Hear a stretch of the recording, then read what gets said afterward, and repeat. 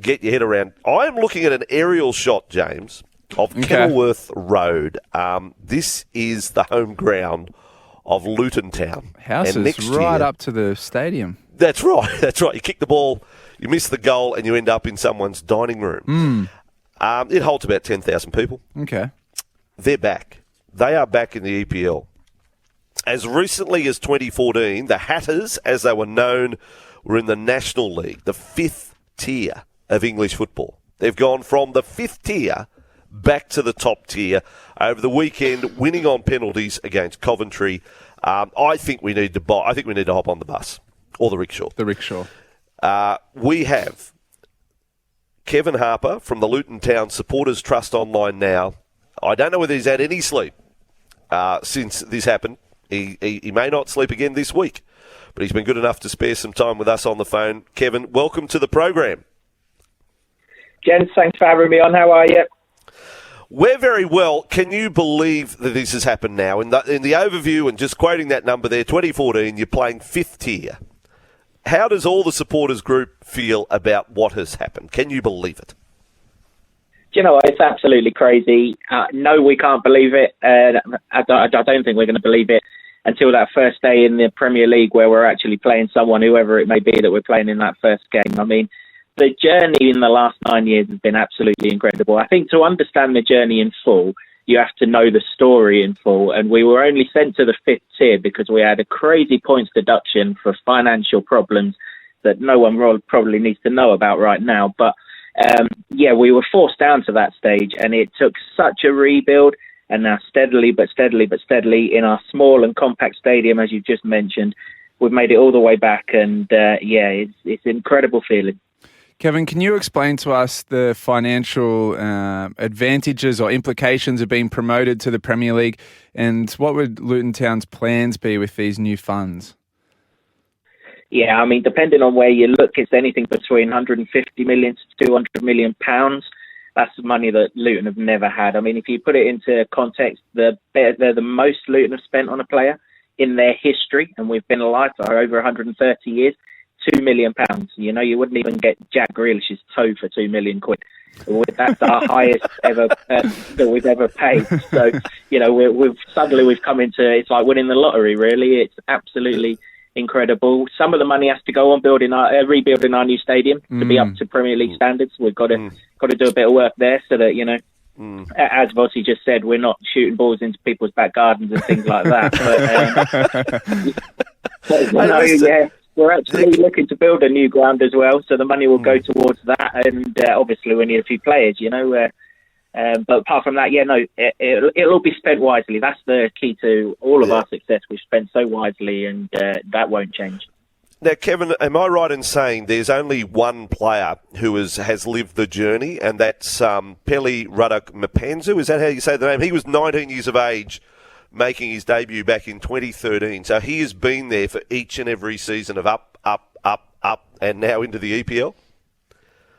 Yeah, absolutely. He's the first player ever to do it, ever to go from Tier 5 to Tier 1 with the same club.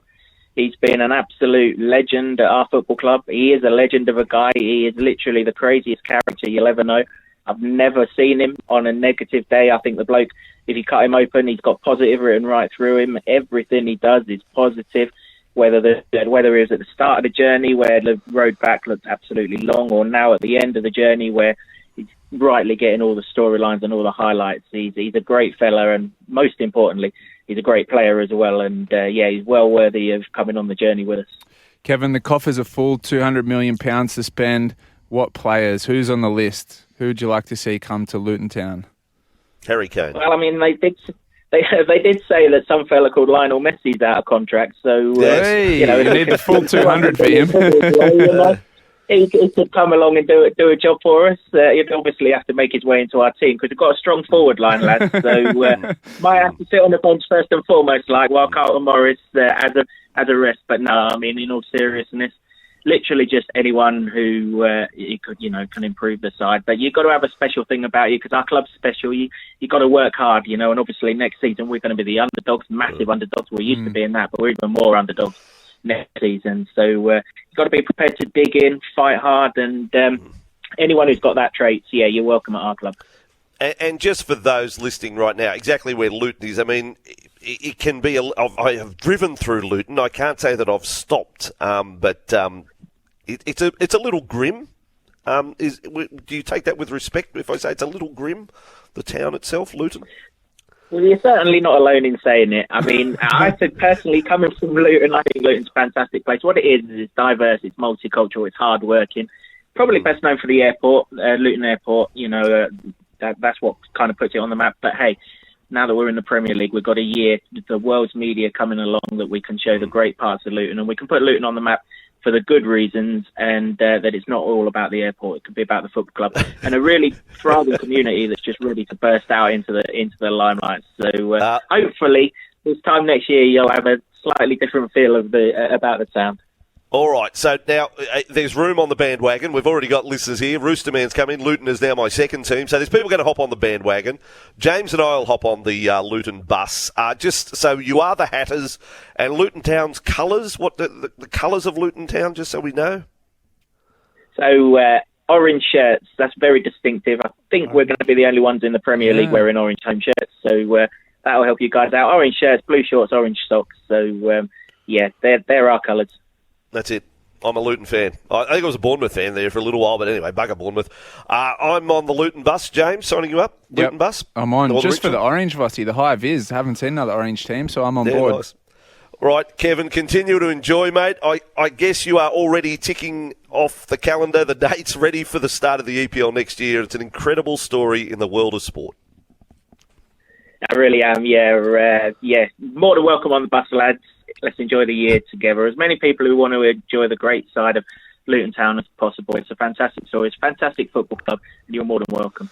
Yeah, Wrexham eat your heart out. They can have the Hollywood stars and the Doco and all the rest, but Luton Town are the real thing. They're in the EPL. Well done. We'll try and dig out the Luton Town song. We'll play that today. We'll learn the words of that. We'll go all in. Signing up new members, folks, here for Luton Town Supporters Club and the Supporters Trust on the Edgewater Homes text line 0457 736 736. Thanks for taking time to talk to us, Kevin. You're more than welcome, fellas. Have a good one. There you go, Kevin Harper from the Luton Town Supporters Trust. Now, also from the world of football.